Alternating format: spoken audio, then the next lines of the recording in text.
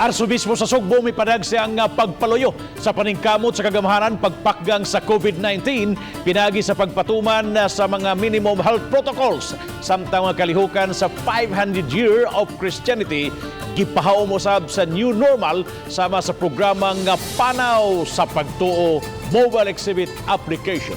Ano ang report?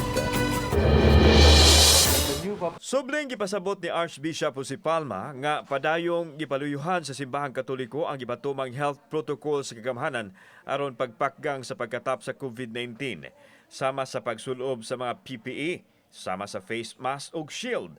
Nasayran nga usa ka lider sa simbahang Katoliko sa Luzon may pahibaw sa iyang baruganan nga dili na kinahanglang magsulob og face mask ug face shield basta ang matag usa adunay hugot nga pagtuo sa Ginoo. Apan mato ni Palma nga ngayang magtinabangay sa pagpatuman sa protocol nining panahon sa pandemya. We are 100% collaborative with the government in following the rules and policies. Gihisgutan usab sa Arsobispo ang protokol sa sementeryo nga haumra kuno sa panahon karon. Miuyon si Mayor Labella nga tugutan ang misa sulod sementeryo sa Nobyembre 2 apan ang mga pari lang og kulito diin walay ubang tao nga motambong.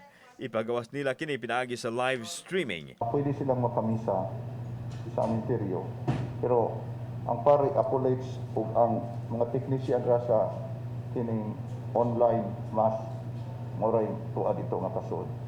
Samtang sa pakigtambayayong sa pribadong sektor gilusad sa simbahan ang online portal nga Panaw sa Pagtuo.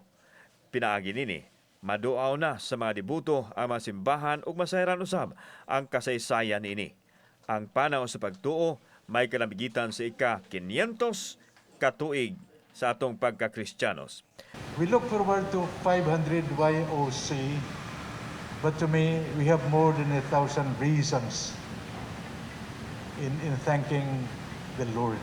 Kauban si Marlon Milgaso, ako si Alan Domingo. Balitang Bisdak.